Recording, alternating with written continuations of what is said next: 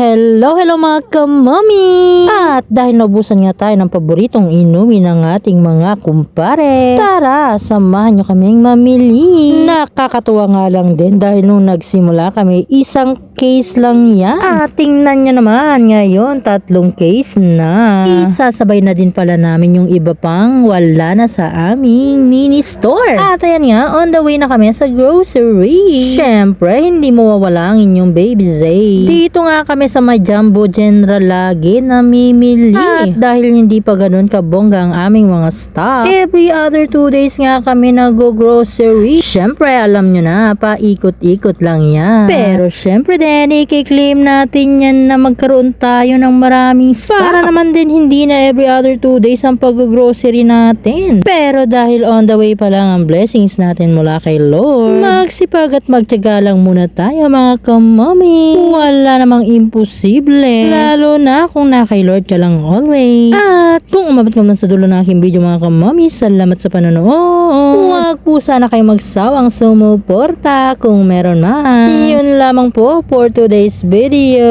Bye-bye!